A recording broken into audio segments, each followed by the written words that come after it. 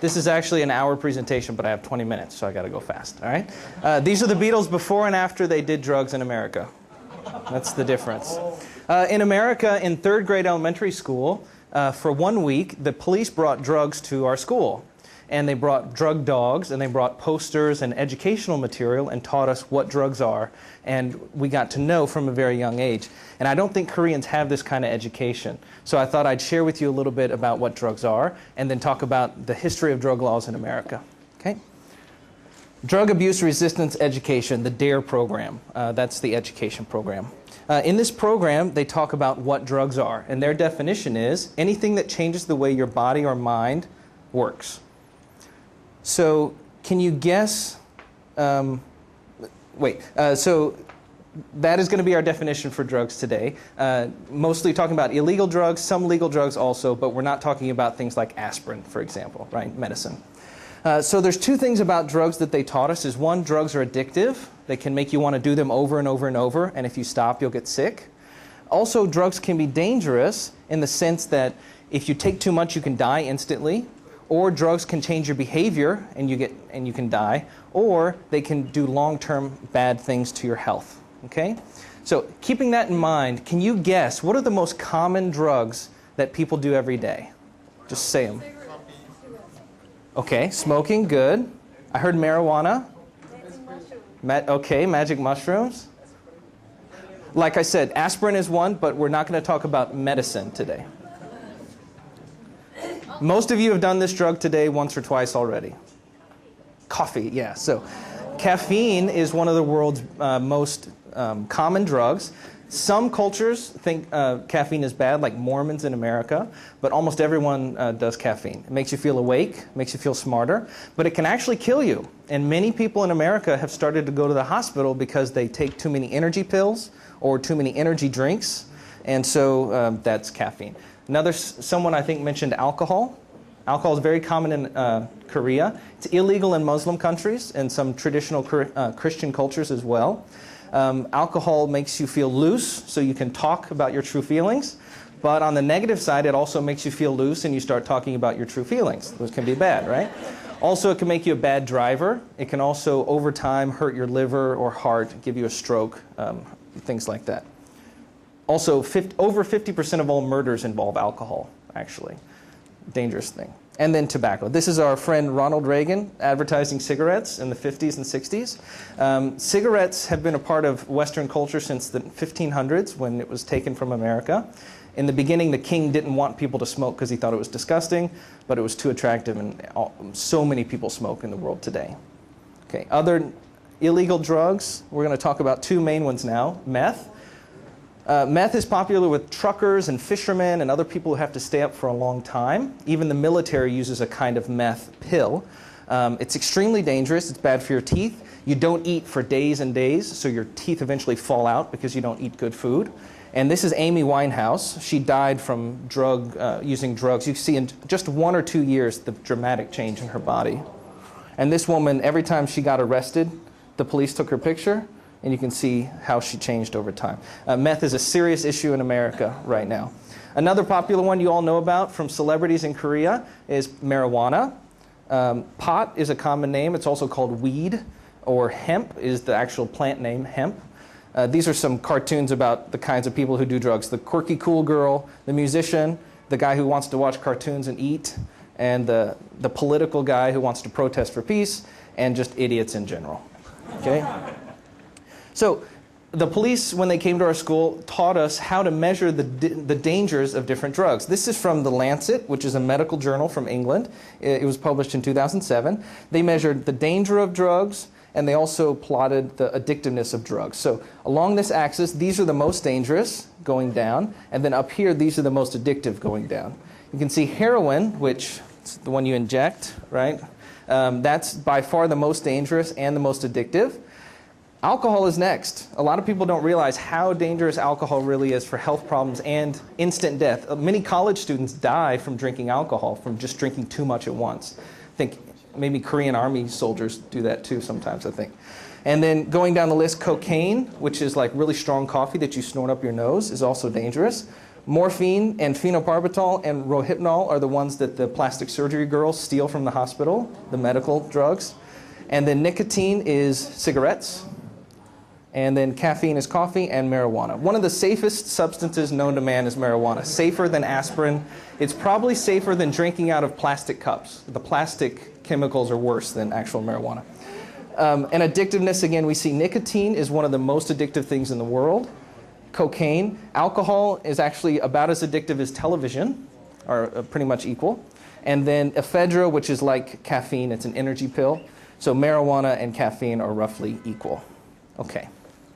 So why are some things legal and some things aren't? If it's obviously not based on this, right? Cocaine and marijuana are illegal, or these other things are legal.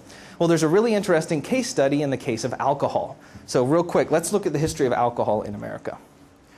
This is a great book I read in American history class. It talks about the changes in America around this time, 1815 to 1837, when industrialization really started to come with factories. This is New England. This part of America is called New England. It was Protestant, not Catholic. The religion was Protestant. Very capitalist. The owners were the owners of capitalist rich people, really interested in controlling people's behavior to keep them good. And there was a lot of small workshop style working. So this is a traditional workshop in New England. In this style of the economy, the owner of the workshop was like the father of the family, and the workers lived in the building. So all the workers lived, slept, ate with the owner and his wife. And as you can see, this is the 17th century version of is it Yakult, the yogurt lady who comes around, except he's bringing beer, right? All day long they were half drunk. They drank all day long, and just like we have a coffee machine where we get free coffee, many owners kept a giant barrel of beer for the workers to drink from. So the beer was part of the culture, but once we started having factories, they were called mills at the time. You can't drink in a mill. You'll get your hand chopped off. It's dangerous, right? And they wanted more efficiency. So at this time, the workers couldn't drink during the day. They had to drink at night, and that's where taverns and saloons started to become popular. Well, and this is a woman. She might be the owner because generally women did not go to saloons. So generally it was just men in the saloons. They would get really, really drunk and go home and either get sick or beat their wives and children, or they would come up to work the next day being sick, right? Well, this became a huge moral problem because the owners of society had lost control. They were no longer controlling their workers from dawn to night. And so these are some political cartoons from the time. You see the way the worker, he's on a gunpowder keg that can explode. There could be a revolution from the way these workers have changed their life. And this poor worker is experiencing horrible visions. Sort of like these days we say people who smoke marijuana or do LSD kind of go crazy and jump out of windows. Those were the kinds of things they said about people who were drinking. This is gin and whiskey and rum. So there were two main events that happened. One was religious and one was social. The religious one was called revivalism. This was a new kind of religion where instead of going to the church on Sunday, you went any day of the week and you went and you sang and you prayed for God to come back in your life. And the idea of God and a personal experience of God replaced the psychological experience of having the owner of your workshop control your daily life. And by the way, this revivalism continued until today, and that's actually where Soman-kyohei, those kinds of giant churches, the evangelical churches, come from this brand of Christianity. So along with the religious reaction, there was a social reaction. These women say, lips that touch liquor shall not touch ours. Men who drink alcohol can't kiss us, meaning our husbands are not allowed to drink alcohol. This was the temperance or virtue or goodness movement. These women wanted alcohol totally abolished, like totally illegal, no more alcohol in America. It took them 80 years, but they finally got there. Prohibition, you may have heard about, was a time in America when alcohol was illegal. Across the whole United States, no one was allowed to drink. You can see they're destroying the alcohol. And of course, between 1919 and 1933, no one in America drank any alcohol at all. Right? Of course not. Everybody still drank. They just did it secretly. Okay? These are called speakeasies. Have you heard of a speakeasy before? Speakeasy means secret. These are secret parties where people would drink. You go to the door and you knock, say the secret word. He says, okay, you're cool. You can come in. And people would have these parties. This man is African American. Here's a woman and men. men and women and African Americans started, and black and white together, started interacting for one of the first times in American history. And men and women needed a way to interact. They didn't have it before, and that's where swing dancing came from. It was a new way for men and women to interact. Also, crime was a huge problem because gangsters were the ones who were making it safe to drink. This is Al Capone. He's the Chicago gangster, mass murderer, killed hundreds or even thousands of people. And even Chicago, even today, is still a really dangerous place because at this time the gangsters became so powerful.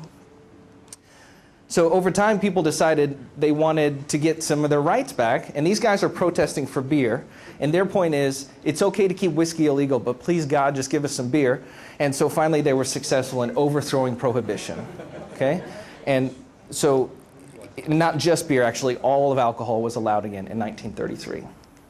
So what happened as a result of making alcohol illegal? Well, first of all, we got a lot of criminals. And once alcohol was legal again, the criminals didn't go home and get real jobs. Instead, they started dealing cocaine and heroin. Okay, so it got even worse over time. Also, it had almost no effect on alcohol consumption. People still drank before and after. And finally, society got even more liberal. Men and women were hanging out with each other at night. Blacks and whites were hanging together. And actually, even the first gay and lesbian bars came out at this time because the gangsters gave a safe place to be gay, which was illegal at the time also. So the conservatives did not get what they wanted. So this is an interesting case study in current prohibition because prohibition still continues, and we'll look at real quick cocaine.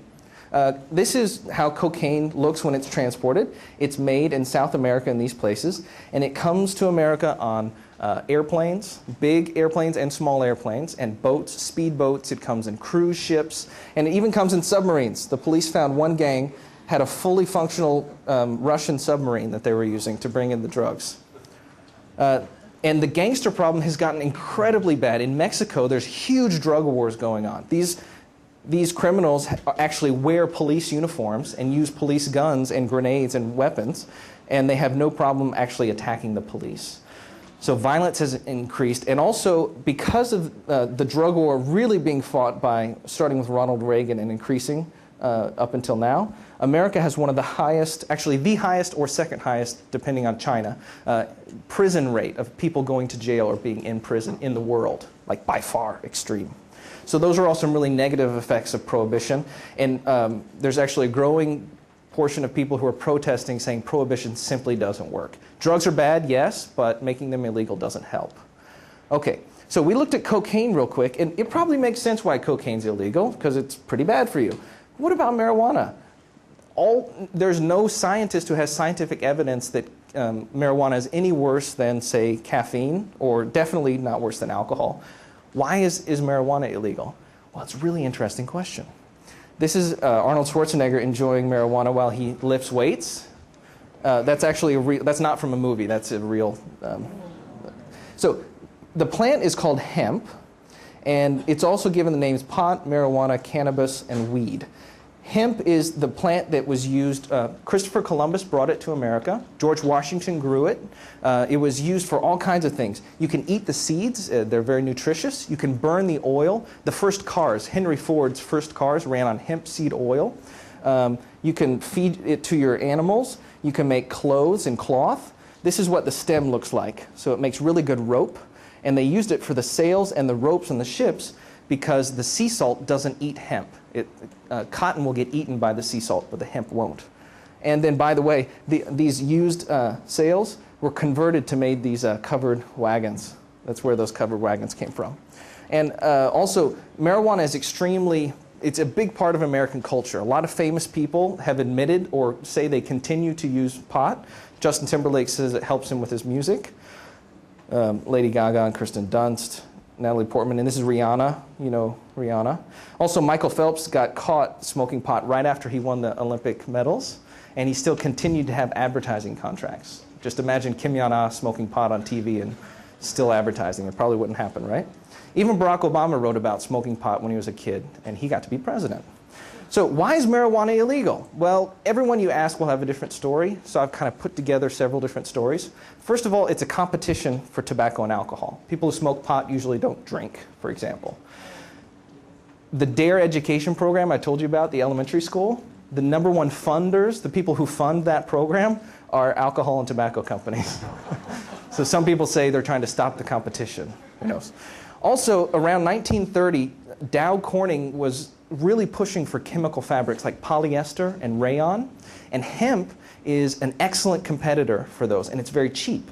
But it's not patented, and there's no one protecting hemp. So it looks like what they did is they paid a lot of money to the politicians to start an anti-hemp campaign, and they made up a new word called marijuana. That word is the Spanish word, and Mexican migrant workers were the ones who were smoking pot. So they scared people with this term. And you see there's a black guy trying to inject the marijuana into the white woman. And by the way, you don't inject marijuana, right? That's silly. Okay. So clearly, there's something going on with propaganda here. Also, the politicians who wanted to increase the power of their ministry, they saw marijuana as an easy target. And they pushed until they're part of the government. The DEA became one of the most powerful parts of the government. And marijuana was an easy issue. So what's going to happen next? There's huge movement in America to make marijuana legal. These are some moms saying, let's legalize marijuana. This doesn't go on the news very often, except in the alternative news. But there's a huge protest because probably these women know their sons or their husbands had to go to jail, or their friends had to go to jail for having a small amount of marijuana. Just like today in Korea, if you park your car in the wrong place, you don't have to go to prison. You just pay a fine. You pay the fee. That's what decriminalization is called. So he says marijuana is safer than alcohol, no jail for pot. So if you break the law and have pot, you shouldn't have to go to jail, just pay the fine. So decriminalization has worked in Europe, but it's not started in America yet. Instead, what we have is an incremental step. Just like these guys want beer, these people just want medical cannabis. Because marijuana can help you if you have cancer or your eyes are bad. So right now in America, in certain states, you can go talk to the doctor, and he can give you a prescription for marijuana, and you can go to any one of these stores, and you can shop for marijuana. So it's almost as though it's legal, like going in and buying chocolate. Okay. So again, this is an hour, and I skipped over a lot of detail to just be a general presentation. But just some concluding ideas. It's very clear that marijuana will soon be legal in America. It's not even a political. I'm not political. I don't like political arguments. It's just obviously going to happen. The same way that the free trade agreement was obviously going to happen, right? And it just happened, so you had to get out of the way. Marijuana is going to be legal. It's obviously going to happen. So it will probably be legal in Korea after that also, because the reason it's illegal in Korea is because it's illegal in America. I think from what I've talked to with my students about this topic, probably Korea needs better drug education. Up until the past 10 years, drugs weren't an issue in Korea, I think, but it's starting to be more and more as Koreans go to America and bring back their experiences to Korea. So in my opinion, better drug education in Korea would be a good idea. And also, what many people have found works is treating addiction as a disease. So if someone's doing drugs, they should go to the hospital, not to prison. So those are just some basic conclusions, and I don't know if we have 1 or 2 minutes left, but if anyone has any questions. Otherwise, I'm sure you have a lot of questions. Yeah. Okay, so if I were doing drugs, I wouldn't do a presentation on drugs. That's my answer for that. How about one more question? Okay, nobody wants to talk about it. Okay, well, thank you very much, and if you have any other questions, I'd be happy to talk about it. So thanks.